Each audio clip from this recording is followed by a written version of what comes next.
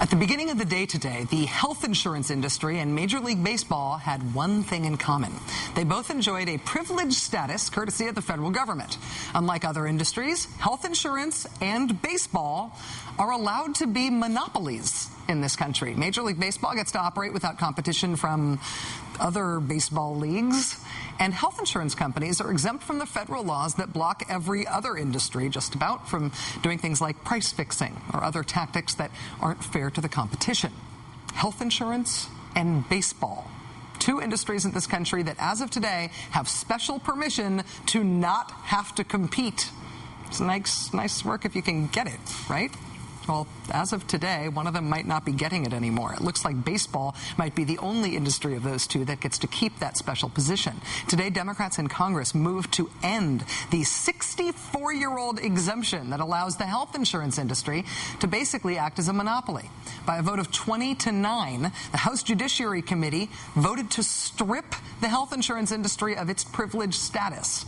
In the Senate, Democrats announced today that they intend to do the same thing in coming weeks. The truth is, the health insurance industry's antitrust exemption is an accident of American history. It never should have been put in to begin with. There's no place for those practices. They would be illegal if done by any other industry. The health insurance industry released a report last week, you'll recall, that said if reform passed, they'd hike everyone's insurance rates sky high. That report was greeted with derision. It was widely denounced as an embarrassing, bullying misstep by the insurance industry. And now Congress is not only refusing to hand over their lunch money to the bully, but they're punching back. Another dramatic playtime is definitely over health reform news today. Tonight was put up or shut up time for House Democrats on the public option.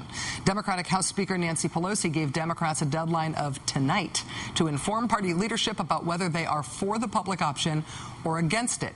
Mrs. Pelosi's personal support of the public option was buoyed even further in the last 24 hours by new projections from the Congressional Budget Office that the robust public option that the House has proposed would be cost effective. It would cut the deficit in the short term, and it would cost almost $30 billion less than the president's target for how much to spend on reform. Over on the other side of the Capitol, on the Senate side, the urgent action on health reform continues right now as we speak. Senate Majority Leader Harry Reid is meeting with Senate and White House negotiators inside the Capitol. The topic of discussion is, conveniently, whether or not to include a public option. And if Senator Reid feels he needs any advice on the subject from outside groups, he is getting an earful. Mr. Reid is being both pushed and pulled toward the public option by a pair of ads now being run in his home state of Nevada. Here's the pulling side, I guess. The group Americans United for Change calling on reform supporters to cheer Harry Reid on the public option. Now that the marathon is beginning its last lap, the insurance companies are desperate to prevent us from getting to the finish line. Luckily, the guy who has been handed the baton to run that last lap is Nevada's Senator Harry Reid. Luckily, because Harry Reid isn't afraid to fight the insurance companies. He's already gone after their antitrust exemption, and he'll keep fighting until we get health care for all Americans, including a public option this year. Cheer him on. Call Senator Reid. Cheer him on. That would be the pulling. Thank God Harry Reid's there.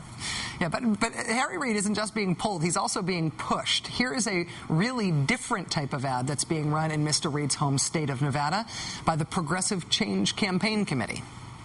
I'm watching to see if Harry Reid is strong and effective enough as a leader to pass a public health insurance option into law. Here in Nevada, the majority wants it. Senator Reid, these insurance companies cannot be trusted with our lives. Nevadans want the choice of a public option.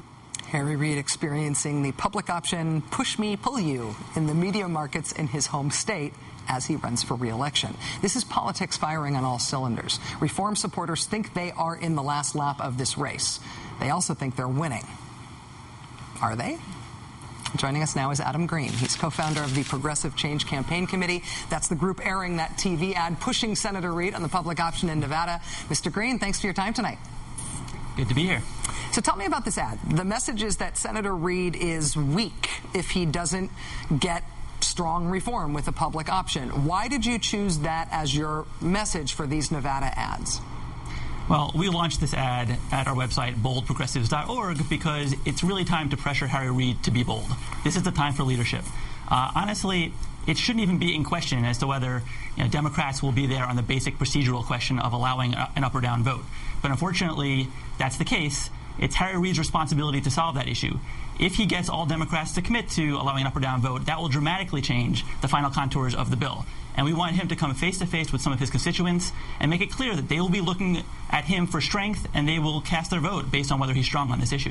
Well, you've boiled it down to the nut here, really, in a way. If you have to boil it down to one vote, one thing, whether or not we get strong health reform may depend on whether or not Republicans get to say that health reform needs 60 votes to pass. If it only needs 50 votes, it passes, it's the public option, it's everything. If it needs 60 votes because of a filibuster, all that is in jeopardy. And the only way, of course, they can make it to 60 votes is if a Democrat sides with the Republicans on that. Are you worried that Senator Ben Nelson or any of these other specific conservative Democratic senators will do that? They'll help the Republicans make it a 60-vote threshold. Well, they're threatening that. Ben Nelson, in particular, has taken millions of dollars from the insurance interests and is a former insurance guy himself, and he's probably going to be the last person to agree to not side with Republicans on a filibuster. But again, it's Harry Reid's responsibility as leader. He campaigned for years now, telling voters, give us your money, give us your time, give us your votes, and if Democrats have 60 Senate seats, we can bring about sweeping change on core Democratic issues like health care. His legacy, Harry Reid's legacy, will really be judged in this moment, not just nationally but also back home. The PCCC just announced a new poll today, which actually showed, shockingly, 52% of folks in Nevada think that Harry Reid is a weak leader and he would lose your election right now. So we're, if anything, being kind of motivational speakers for him, saying if you want to solve that problem, you really need to be strong at this moment. Get the Ben Nelsons on board and pass a strong public option into law. Adam, your group has done ads really focusing on the Senate. You're obviously targeting Reid now, polling on that subject as well. You're targeting Senator Ben Nelson in Nebraska and Senator Max Baucus in Montana. Do you think that Nancy Pelosi and Democrats in the House are doing better on this issue than Democrats are doing in the Senate? Yeah, if Harry Reid wants to see an example of leadership, he can look to Nancy Pelosi. I mean, her essentially not just saying, I support the public option as one person, but it's time for Democrats to get in line, tell me where you stand. I assume there's kind of a stick there where, if they're at 215 in terms of votes when they need 218, she's probably going to lay down the law with some people. That's the way to do things. And hopefully Harry Reid will take a lesson from that. The bill in the House right now is very strong. It's kind of the example of what a public option should be in many people's eyes. And if Harry Reid can get a public option into the Senate bill, the compromise in the conference committee will be fantastic.